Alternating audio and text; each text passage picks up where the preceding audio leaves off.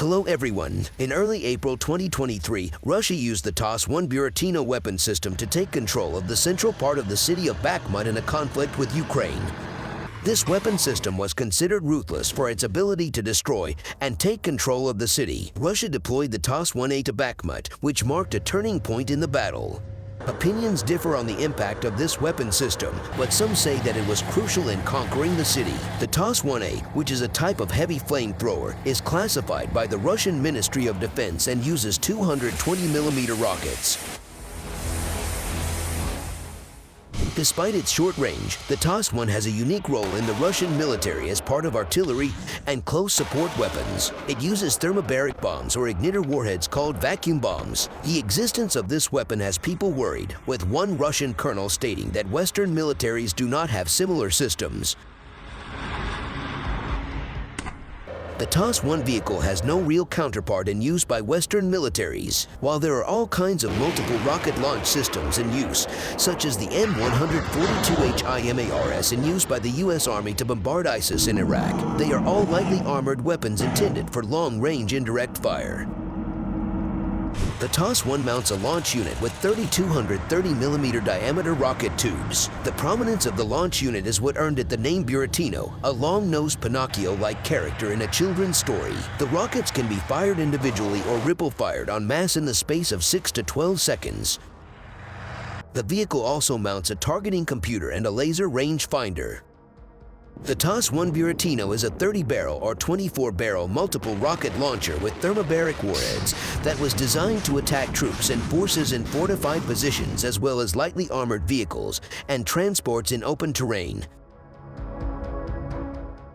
It has seen action in global hotspots like Afghanistan, Chechnya, Iraq, and Syria. Like the enormous 240mm 2S4 self-propelled mortar, the TOS-1's specialty is obliterating heavily fortified positions. Although some of these may be found in rural rebel strongholds and fortified caves, they have often been employed in heavily urbanized environments. It's gained a uniquely nasty reputation because of the horrifying effects of its fuel-air explosive warheads. The 45.3-ton Buratino is hardly a new weapon, but one that has become increasingly popular internationally for its firepower. Namely, 220mm rockets, between 381 and 478 pounds depending on the version, equipped with either incendiary or thermobaric warheads. The latter creates an enormous explosion by emitting a flammable, chemical cloud that ignites the surrounding air with it. A full salvo will devastate an area of 200 by 400 meters, killing by overpressure, burns, and suffocation.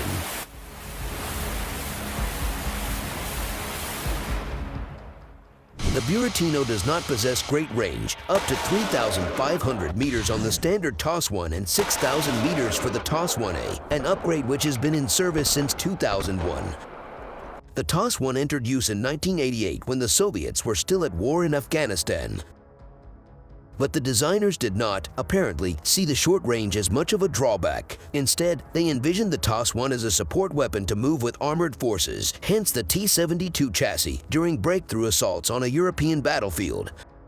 Bunkers, fortified positions, and built-up areas make logical targets for the Buratino. If Soviet armored columns had met a position that was too tough for their tank cannons, the TOS-1 and its thermobaric rockets would do the job.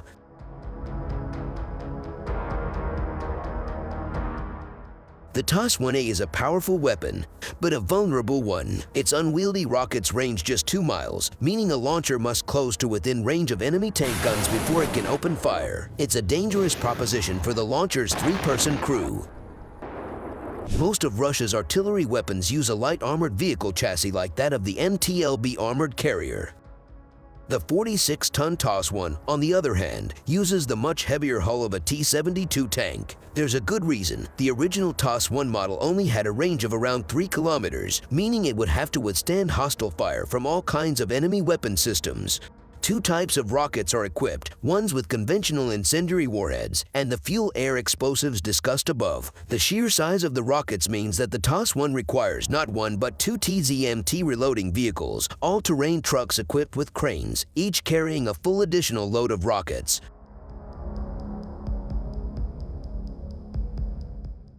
Furthermore, such rocket artillery typically relies on cluster munitions or conventional high-explosive warheads, not incendiary ammunition. The Russian army, however, fields long-range multiple-launch rocket systems like the Smerch and Uragan, capable of using incendiary warheads. The United States uses thermobaric warheads in smaller man-portable systems as well as larger air-launched munitions. Lt. Col. J.S. Sadhai, an ex-Indian Army officer, explained that a thermobaric MLRS bomb utilizes oxygen from the surrounding atmosphere to produce an extremely high-temperature explosion, thus creating a kind of vacuum. This weapon is very dangerous because the initial explosive charge detonates upon impact with the target, causing the fuel container to disperse with the surrounding oxygen and destroying everything in its vicinity.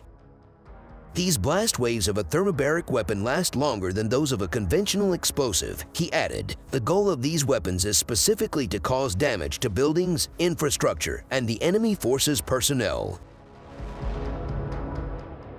The Buratino is also not the most powerful MRLS being deployed. The Russian BM-30 Smerch system fires larger, longer-range 280mm rockets, which can deploy cluster bombs or be used as a thermobaric weapon, like the Buratino. More useful to the Russians than these systems could be the older BM-21 Grad MLRS, or HAIL, system which can rain down 4,122mm rockets in a matter of seconds. Russia has a vast arsenal of these weapons. Tens of thousands of units have been built since the 1960s. Ukraine also has the system, but in much smaller numbers.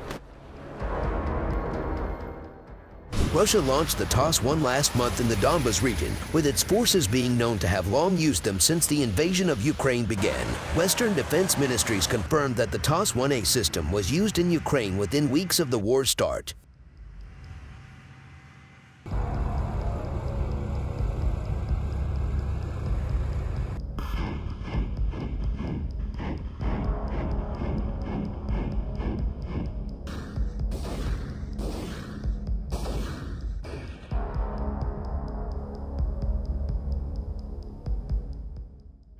Bakhmut, which is located in eastern Ukraine in the Donetsk region and once a famous tourist destination before the war began, is now in ruins after months of shelling and artillery fire. The battle in the city has been the longest and bloodiest since Russia invaded Ukraine last year.